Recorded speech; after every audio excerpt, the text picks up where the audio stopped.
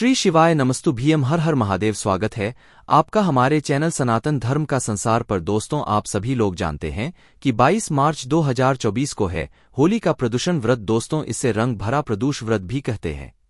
ये वाला प्रदूषण व्रत दोस्तों बहुत ही ज्यादा खास है, क्योंकि प्रदूषण व्रत तो हर महीने आता है, पर होलिका प्रदूष व्रत या रंग भरा प्रदूषण व्रत साल में सिर्फ एक बार आता है।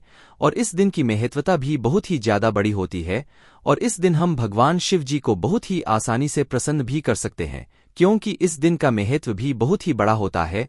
तो दोस्तों, इसीलिए आज इस वीडियो में हमको इस रंग भरे प्रदूषण व्रत का होली के प्रदूषण व्रत के दिन किया जाने वाला 7 लोटे जल वाला उपाय बताएंगे, जो कि उपाय आप लोगों को याद भी है, पर कई सारे लोग उसे भूल गए हैं कि भाई इस उपाय को करने से भी हमारी बड़ी से बड़ी मनोकामना भी पूर्ण हो जाती है। और जब इस उपाय को हम किसी विशेष दिन पर करते हैं तो निश्चित ही इस उपाय का फल हमें बहुत ही जल्दी और बहुत बड़ा होकर मिलता है। इसीलिए दोस्तों, आज हम आपको बताएंगे 22 मार्च 2024 की होली प्रदूषण व्रत के दिन आप लोगों को 7 लोटे जल वाला उपाय कैसे करना है, किसको करना है, किस समय करना है, ये सारी जानकारी हम आपको बताते हैं। सबसे पहले चीज दोस्तों, प्रदूषण व्रत एक ऐसा दिन होता है जो भगवान शिव जी का सबसे प्रिय दिन होता है। और इस दिन का एक समय होता है प्रदूष काल का या शाम का समय, जो कि भगवान शिव जी को बहुत ही ज्यादा अति प्रिय होता है। तो दोस्तों, इसी दिन आप लोगों को करना है ये 7 लोटे जल वाला उपाय। अब करना किसको है? देखो, इस उपाय को घर के सभी सदस्यों को करने की जरूरत नहीं है। घर का कोई भी एक बड़ा मुख्य व्यक्ति इस उपाय को कर सकता है। विशेष रूप से अगर बात की जाए तो घर की जो बड़ी माताएं बहनें हो, उन माताओं बहनों में से कोई भी एक माता बहन इस वाले उपाय को अपने किसी भी प्रकार की मनोकामना पूर्ति के लिए कर सकते हैं, अपने घर परिवार की सुख और शांति के लिए कर सकते हैं, या आपने पशुपतिनाथ का व्रत किया किसी मनोकामना के लिए, किसी काम के लिए आपका वह काम नहीं हुआ, आपने 2-3 पशुपतिनाथ व्रत कर लिए, तो भी आप लोग इस उपाय को करना, या आपकी जो भी बड़ी विशेष मनोकामना है उसके लिए भी कर सकते हो। आपका कोई काम है उसके लिए भी कर सकते हो। अपनी हर तरह की दुख और परेशानी के लिए आप लोग ये 7 लोटे जल वाला उपाय इस होली व्रत के दिन कर सकते हो, क्योंकि इस उपाय को करने से आपको वो फल मिलेगा जिसकी आपने कभी कल्पना भी नहीं करी होगी। तो ये बात आप समझ गए कि इस उपाय को घर की बड़ी माताओं बहनों में से किसी एक माता बहन को करना है।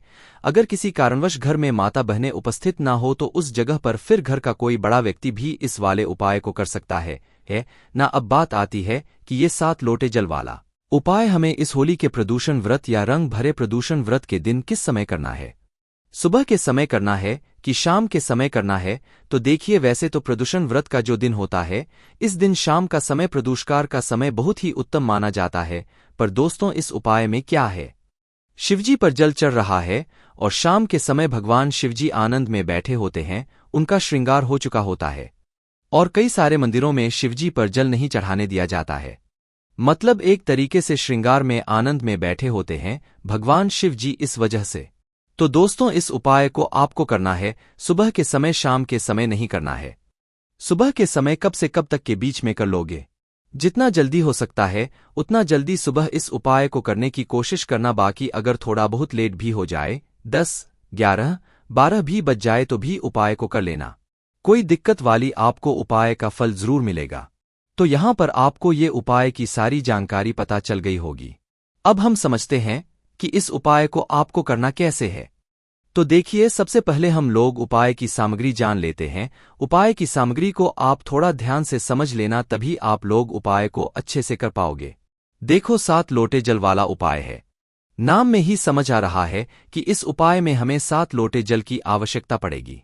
ये 7 लोटे जल तो हम ले लेंगे, पर इसके साथ में क्या कोई और चीज लेनी है सामग्री में? तो यहां पर हम आपको बता दें कि इस उपाय में आपको मात्र एक बेलपत्र की होगी। और यह बेलपत्र के लिए आप ऐसा सवाल बिल्कुल मत करना कि अगर बेलपत्र ना मिले तो क्या करें, क्योंकि यह उपाय हम आपको पहले ही बता रहे हैं। आप आराम से उस समय तक बेलपत्र की व्यवस्था कर सकते हो। तो कोशिश करना कि आप खुद ही जो है अपनी बेलपत्र लेकर आओ, खरीद कर लाओ या वृक्ष से तोड़कर लाओ। और अगर ना मिले तो फिर हम आपको वीडियो के एंड में बता देंगे कि आपको क्या करना चाहिए। अगर बेलपत्र आपको ना मिल पाए पूरी कोशिश करने के बाद भी, तो एक बेलपत्री और 7 लोटे जल। अब यहां पर आप लोग ये प्रश्न जरूर करोगे कि भाई हम 7 लोटे जल कैसे लेकर जाएंगे? हमारे पास 7 लोटे, तो हम 7 लोटा जल कैसे लेकर जाएंगे? तो देखिए, यहां पर आपको घबराने की कोई बात नहीं है। यहां पर आपको 7 लोटा लेकर नहीं जाना है। 7 लोटा सिर्फ जल लेकर जाना है। इतना जल लेकर जाना है किसी एक पात्र में जिसके अंदर 7 लोटा जल बन जाए है, ना मतलब कि एक बाल्टी में आपको एक साथ जल भर के लेकर जाना है। अपने साथ मात्र एक ही लोटा भरना है। उसी एक लोटे से आपको अपनी बाल्टी में से मतलब एक एक करके 7 लोटा जल जो है यहां पर उपाय में प्रयोग करना है। समझ गए आप लोग? तो अपने घर से एक अच्छी वाली बाल्टी भरकर लेकर जाना है और एक खाली लोटा अपने साथ में लेकर जाना है। चाहे भरकर लेकर जा सकते हो, पर एक लोटा अपने साथ रखना और एक बाल्टी पानी जो कि शिवलिंग पर चढ़ाने वाले शुद्ध वाला है। ना तो ये हो गया मतलब आपको पानी एक बाल्टी और एक लोटा जल इसके साथ में एक बेलपत्री ये तैयार करके आप लोगों को इस रंग भरे या तो यहाँ पर ये होली के दिन सुबह सुबह प्रातःकाल भगवान शिवजी के मंदिर शुद्ध होकर स्नान करके शुद्धता का विशेष रूप से ध्यान रखकर पहुंच जाना है। अपने घर के पास में जो भी शिव मंदिर हो वहां पर पहुंच जाना है। जैसे ही शिव जी के मंदिर में पहुंचते हो अंदर प्रवेश करना। प्रवेश करने के बाद भगवान के दर्शन करना, उनसे करना सीधे जाकर उपाय नहीं करना, पहले थोड़ा सा प्रार्थना वगैरह आप लोगों को करना है। जैसे ही शिवजी के मंदिर में पहुंच जाते हो तो भाई शिवजी के शिवलिंग के पास में आकर बैठ जाना। जैसे ही आप उनके दर्शन कर लो, सामने ही बैठ सकते हो, आसपास बैठ सकते हो, कोई दिक्कत वाली बात नहीं है। जैसे ही आप लोग शिवलिंग के पास में बैठ जाते हो, अब भाई आप उपाय की सामग्री क्या क्या लेकर आए हो? एक बेलपत्री और 7 लोटा जल। तो सबसे पहले जो हमें काम पड़ेगा वो बेलपत्री से पड़ेगा। अभी हमें एक लोटा जल वगैरह कुछ भी नहीं चढ़ाना है, जाते से बिल्कुल भी जल नहीं चढ़ाना है, क्योंकि ये उपाय वाला जल है। ना तो करना क्या है, सबसे पहले अपनी एक बेल उठाओ। उस एक बेलपत्र के उपाय में भी एक ही बेलपत्र लगेगी, ज्यादा नहीं लगेगी है। ना तो करना क्या है, अपनी एक जो बेलपत्र आपने ली हुई है, इस बेलपत्र को सबसे पहले आप माता अशोक सुंदरी जी वाले स्थान पर समर्पित करेंगे। आप माता अशोक सुंदरी का स्थान कहाँ पर होता है? ये जलाधारी के बिल्कुल बीचों बीच में होता है। शिवजी होती है, शिवलिंग होती है, शिवलिंग जलाधारी होती है। जलाधारी के बिल्कुल बीचों बीच का जो स्थान होता है वो किसका स्थान होता है?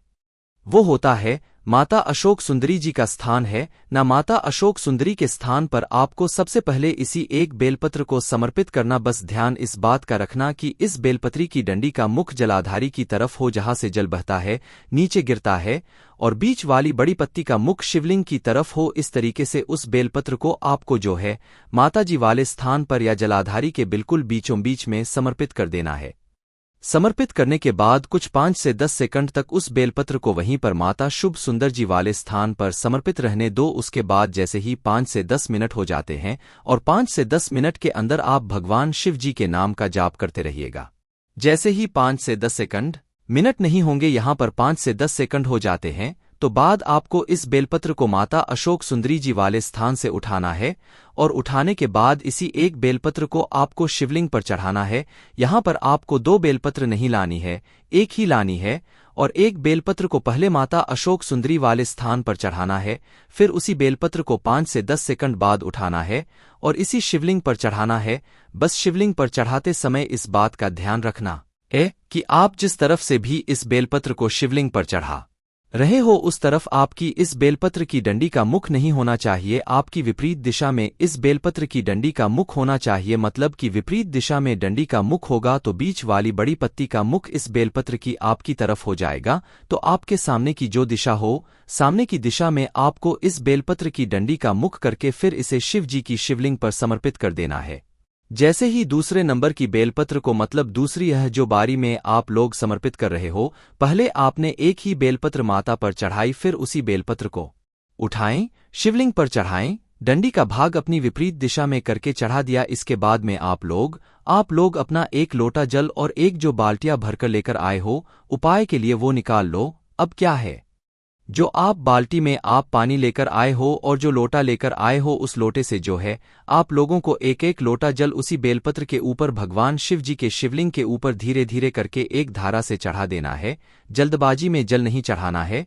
आप ये सोचो कि भाई 7 लोटा जलाए, बहुत टाइम लगेगा, नहीं, ऐसा नहीं करना है। धीरे धीरे करके मन और भाव से अपनी चिंता का स्मरण करते हुए, जिसके लिए आप उपाय कर रहे हो उसका थोड़ा बहुत स्मरण करते हुए, फिर आप लोगों को जो है ये जल चढ़ाते जाना है भगवान शिव जी का नाम लेते हुए। तो कैसे चढ़ाओगे? पहले एक लोटा जल अपनी बाल्टी में से भर लो, या पहले से भरा रखा है तो एक लोटे जल को शिवजी के शिवलिंग के ऊपर आप एक धरा से धीरे धीरे करके चढ़ा दो। फिर जो खाली लोटा हो जाएगा, फिर वही अपनी बाल्टी में से दूसरा लोटा जल भरो, फिर उस शिवलिंग पर धीरे धीरे करके एक धरा से चढ़ाते जाओ। फिर तीसरा लोटा जल भरो, फिर एक धरा से चढ़ाते जाओ, फिर चौथा भरो, फिर पांचवां भरो, फिर छठवां भरो, फिर सातवां और आखिरी लोटा जो जल रहेगा वो भरो और शिवजी के शिवलिंग के ऊपर आप लोग चढ़ा दो। शिवलिंग के ऊपर जैसे ही आपका 7 लोटा जल बच जाता है, मतलब 7 लोटा जल पूरा चढ़ जाता है, एक एक करके धीरे धीरे करके एक धरा से, तो भाई उसके बाद में अब आपको क्या करना है? उससे पहले ये बात सुन लो कि आपकी बाल्टी जितना भी जल बचा हुआ होगा उस जल को अब आपको शिवलिंग पर नहीं चढ़ाना है, पूरा सिर्फ 7 लोटा जल ही चढ़ाना है। 7 लोटा से ना कम चढ़ाना है ना ज्यादा चढ़ाना है। बाकी जो जल बचा हुआ होगा वो आप वहीं पर कहीं पर नंदीवा के पास में कहीं पर भी मतलब डाल सकते हैं, उसको आप चढ़ाने की जरूरत नहीं है, क्योंकि 7 लोटा हमने पहले से शिवलिंग पर चढ़ा दिया, उपाय को कर लिया है। तो यहां पर आपने 7 लोटा जल शिवलिंग पर चढ़ा दिया। जैसे ही चढ़ा देते हो उसके बाद में वहीं पर भगवान से 2 मिनट हाथ जोड़कर बैठकर अपनी वह मनोकामना बोलना, वह काम बोलना है जिस समस्या के लिए आप यह वाला उपाय कर रहे हो। अपनी उस समस्या का स्मरण मतलब कि अपनी मनोकामना बोल देना इस 7 लोटे जल को चढ़ाने के बाद। जैसे ही भगवान से विनती कर लेते हो, मनोकामना बोल देते हो, उसके बाद में आपने जो अब इस एक बेलपत्र को शिवलिंग पर चढ़ाया है, इस एक बेलपत्र को शिवलिंग के ऊपर से उठा लो। क्या करोगे? शिवलिंग के ऊपर से उठा लो।